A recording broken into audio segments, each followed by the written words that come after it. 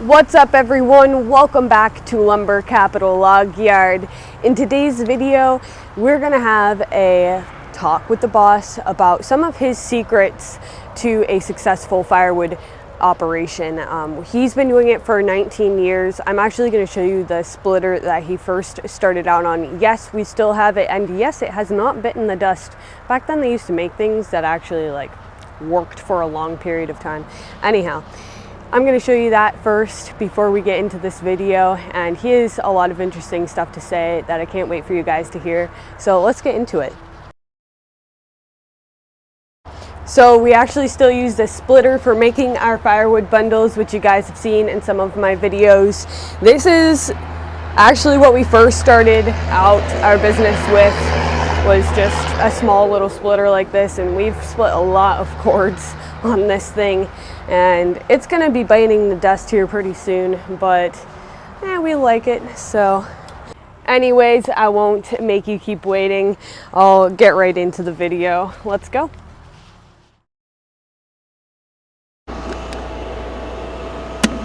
Give it another second or so.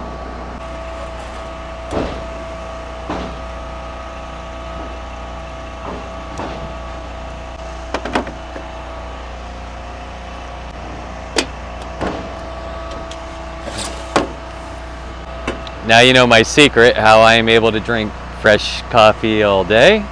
Right next to all the fluids I take with me into the woods, I keep my special coffee lubricant to keep me satisfied. So I put an inverter in the truck, that way I'm able to take water, boil it, make a press pot, have fresh coffee.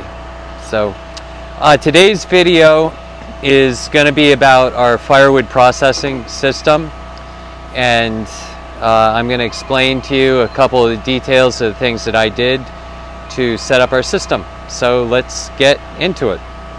So I want to go through our entire firewood system so that anybody starting a firewood business will have the conceptual idea of how to do it.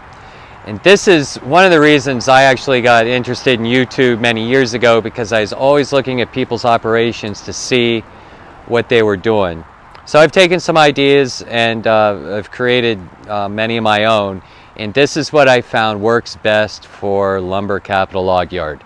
So let's start with the trucks. Shoot over here. So we have 3 dump trailers. We have a 1.5 cord trailer, which is a trailer here. That's a 7 by 12 by the height that you see represented. We have a 6 by 10, and then we have this 7 by 14. So we have a 1 cord, a 1.5 cord, and a 2 cord trailer. And that allows us to process to different customers and make the minimum amount of deliveries that we have to make. For example, if a customer orders 3 cords, we're able to run twice to them with the 1.5 cord trailer twice, or the 2 cord and the 1 cord trailer once. We like the trailers because it gives us other options for the trucks. For example, if we need a part, we don't have to go in a dump truck to go purchase a part. We can go in a pickup. So we can just unhitch and go pick up supplies. The other thing is that we're able to pull other trailers if we have to do a lumber delivery or other things like that. It gives us options. In Pennsylvania, our truck registrations are very expensive for higher weight class vehicles. So again, dropping down to a smaller weight class vehicle that is more versatile and very capable, because at the end of the day, firewood isn't nearly as heavy as stone, but it's a lot of volume. So the light duty trailers are very capable of making a delivery. Just to give you an example, as a rule of thumb, I consider a cord to weigh about 4,000 pounds, so 2 tons. A fully seasoned cord can weigh a little less, but a green oak cord could weigh significantly more, maybe 4,800 pounds. So the 1 cord trailer is 7,000 pound GVW trailer, so you have nearly 6,000 pounds of tear weight. I hope I didn't go too much into the trailer thing, but I want you to understand it's much better than owning a T-tag, in my opinion, a T-tag truck. So let's take a look. We start here with, we have a Timberwolf splitter and conveyor. It's I think the parent company is Automated Biomass. It's a good machine. It does a lot of work. So what we did was we built a pavilion over it. Of course, you never see this in the video. You've heard me say in the videos before, I work a lot of hours. I work about 70, maybe a little less. And I was here till 8 o'clock last night. We have lights up in the pavilion. And I use, because we don't have power here at the log yard, I have just a small Honda generator I'm able to power the lights with. So we're able to stay dry. It keeps the machine clean, and it allows me to work late at night. So I can work in the woods and then come back and split a cord of firewood. Now this is some of the stuff I want you to see. We're using these cement blocks. They're rather inexpensive to buy, but we were able to create docks or bays for the trucks with the firewood processing equipment. Now, we keep our loader bucket in front of the machine. And Em, if you can get a shot, so we're on the other side. We're able to scoop the off-fall material into the bucket. So, you know, it helps with cleanup. The bucket's right here, and then we just push the bucket against the blocks, and we scoop up the material. Keeps it clean, and it keeps it simple. The other thing that we did was we got one of these 275 gallon containers, and cut the top off of it, and any waste wood that we can take home personally and burn, and kindling, when we're staying there at the processor, we just throw that right into that container.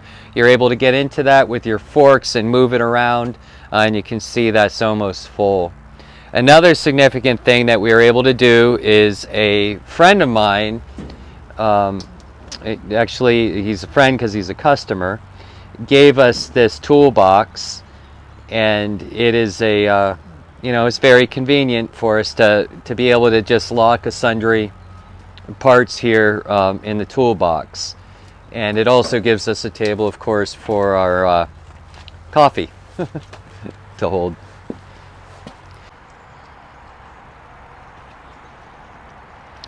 So the loader is able to come in to the blocks here and dump the rounds up here, and that puts it within reaching distance of the loading armature on the Timberwolf.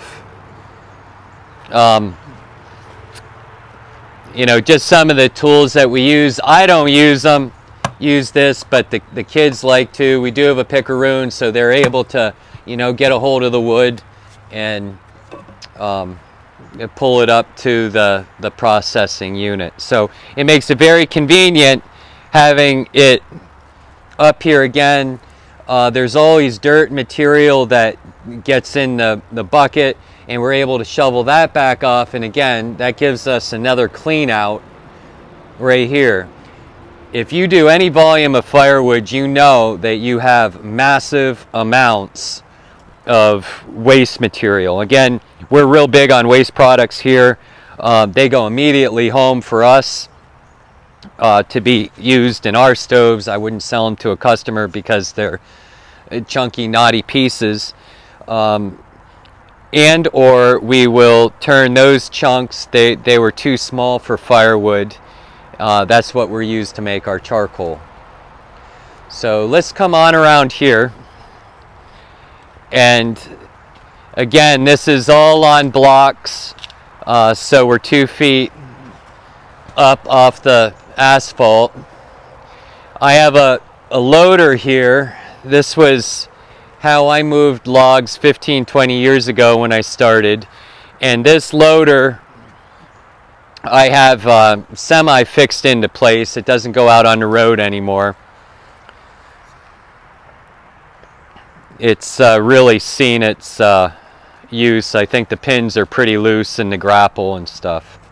It's a cool machine though. I really like it.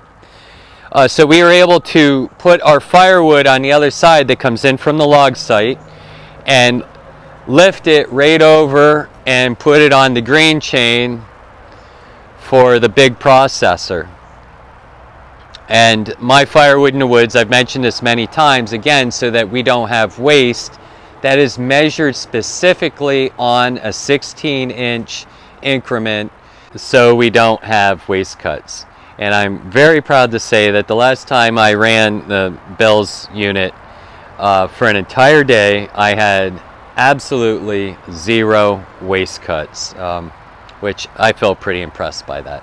So I know you guys probably aren't, but I was. So let's walk on down through here. And I'm real big about pavilions because I'll work in the woods all day and or I'll be in the log yard on a rainy day. So I have another fine gift. One of our customers that owned a Subway chain gave us that. That's out of a Subway sub shop, I guess. Many years ago he gave that to me, and we have used it as a workbench for many years. It's just under a pavilion. I have a vise on there. You've seen me sharpen saws, and then we just have it just is a nice place to keep tools and keep you dry. So as we move on down through here, on the other side, we're able to back trucks in under this conveyor, and this was an option from Bell's at the time. I think it is absolutely fantastic. This conveyor is hydraulic up and down, but is also hydraulic left and right. So we were able to back a trailer under it and windrow the entire trailer without moving a truck, which it doesn't sound, like maybe it's no big deal to you to go fire your truck up and move ahead 2 feet. But if you're out here and it's 3 below 0 and you just start your truck up to shut it off, if you're running diesels, that's not good for that engine. So you end up starting your truck up and letting it idle for 15 minutes before you shut it down. So just so you're not wasting your battery life and all of that. The other thing that we have here that's very important to me is, again, this is the clean out on this side. And by having all the machines up on a dock, we're able to shovel out the material right in between these 2 steps and come in with a loader and just scoop the material out. It doesn't have to be perfect, but at the end of the day, after running that machine, that whole block area in there will be full of waste material all the way to the top. Another thing that we do, and as I've watched firewood videos, I'm shocked that other firewood vendors don't clean out under their firewood processor. If you look under our firewood processor, you are going to see sawdust, but that has already been raked out. I actually keep a dip behind the block, and when you get into frozen weather, it is critical that you shovel that out, because that sawdust will freeze and go right up into your hydraulic lines and systems, and if you have to get under there and break it out, you are never going to want to do it again. And guess how I figured that out? Yes, I learned the hard way. I was lazy one night, came in, it was thoroughly frozen, and broke a hydraulic line and had to get a heater to heat the ground. It took me 3 hours to change a line that should have taken 5 minutes. I'll never do that again. So we thoroughly clean out at the end of every day on both machines. Everything is raked, groomed, it looks nice. It's a nice presentation that I'm proud of. I feel I've taken good care of my equipment, and yeah, that's our firewood system. It's very simple, very efficient, and we're always able to keep it cleaned and organized because we've created a dock system for the processors. The blocks, I think, are $45 or $50 a piece, and a truck just pulled in. And if Em gets a shot of it, there are going to be 6 blocks on a trailer because I just ordered 6 more for another project we will show you in a few weeks. So thank you. I know it's Friday, and I wish you all a good weekend and look forward to being with you again on, when will it be? Monday or Tuesday. And if you have any interest, Samantha is doing a membership video on Sunday, and they're hilarious. There's a lot of bloopers, and she does a week in review. I think it's pretty cool. I'm really proud of the work that her and Emerald have done on it. So again, thank you and have a good weekend, and see you soon.